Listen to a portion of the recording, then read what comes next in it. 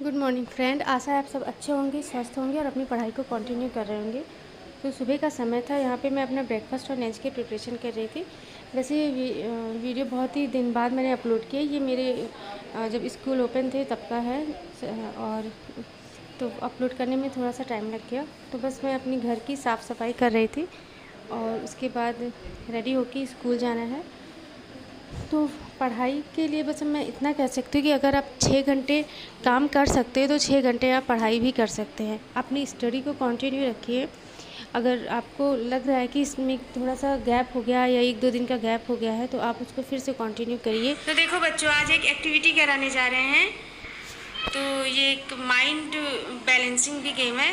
देखो, तो इस नदी और किनारा देखो, जैसे नदी जैसा बना है ना बीच में, तो अगर नदी बोलेंगे तो अंदर जाना है, ठीक। किनारा बोलेंगे तो किनारे आ जाना, मतलब बाहर आ जाना है, ठीक। और जो नहीं कर पाएगा तो वो गेम से आउट होता रहेगा, ठीक है। शुरू करें।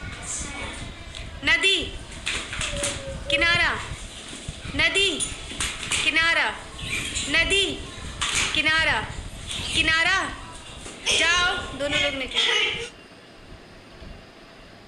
किनारा, किनारा, आउट। आउट। अनुष्का जीत गई। चलो क्लैपिंग। तो बस वही यहाँ स्कूल में छोटा सा एक्टिविटी कराया था नदी किनारे का, माइंड बैलेंसिंग का। क्योंकि मैं चाहती हूँ अगर स्कूल में गए हुए बच्चों को पढ़ा रहे हो आप तो उन्हें थोड़ा सा एक्टिविटी भी करा देना चाहिए। फिर वापस आने के बाद फिर से मेरा वही सेम रूटीन हुआ। तो स्कूल के आने के बाद ये मेरा फर्स्ट स्टडी स्लॉट था, जो लगभग 3 से 6:30 के बीच में होता है। उसके बाद फिर मैं अपना नाश्ता वगैरह बनाती हूँ। उसके बाद डिनर की प्रिपरेशन के बाद फिर से मेरा सेकेंड स्टडी स्लॉट होता है, जो लगभग 10 बजे से 12 बजे तक होता है। 12 बजे के बाद मैं सो जाती हूँ। फिर सुबह से फिर से वही मॉर्निंग रूटीन हो जाता है। अभी तो फ़िलहाल ऐसे ही चल रहा है। फिर वेकेशन होने के बाद अपना रूटीन फिर से चेंज हो जाता है। फिर लगभग 3 से 4 स्लॉट मेरा स्टडी का हो जाता है, जो लगभग 8 से 10 घंटे के बीच का हो रहता है। तो बस इतना ही कहना है कि अगर आपको अपनी पढ़ाई को कंटिन्यू रखना है तो आपको अपने लिए समय ज़रूर निकालना ही पड़ेगा, तभी आप अपनी पढ़ाई को कंटिन्यू रख पाएंगे।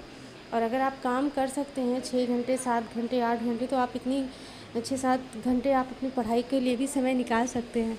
तो फिर अपनी स्टडी को ऐसे ही कंटिन्यू रखते रहिए।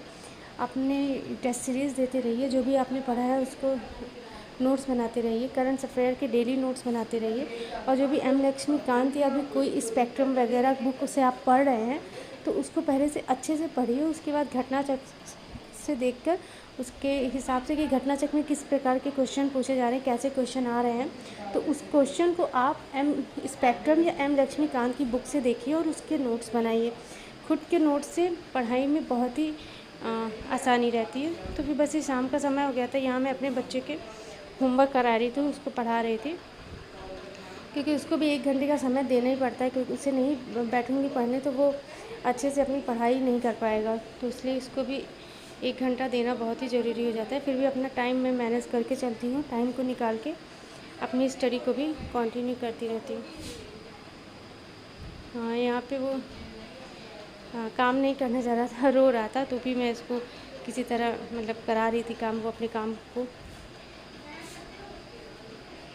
किसी की बातों को मत सुनिए, सबकी बातों को इग्नोर कीजिए और अपनी पढ़ाई में ध्यान लगाइए। देखिए, जो डेली रूटीन है वो तो आपको करना ही करना है, ये मान के चलना है। लेकिन अपने डेली रूटीन के साथ अपनी स्टडी में कोई भी दिक्कत मत आने दीजिए। अपनी स्टडी को कंटिन्यू बनाए रखिए।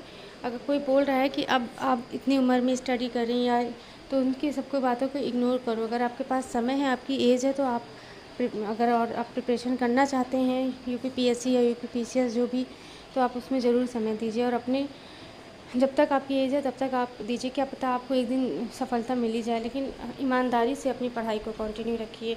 अगर आप अपने से चीटिंग करेंगे तो फिर पढ़ाई में भी दिक्कत हो जाएगी। तो अपने से चीटिंग मत कीजिए, अपने आप को समय दीजिए।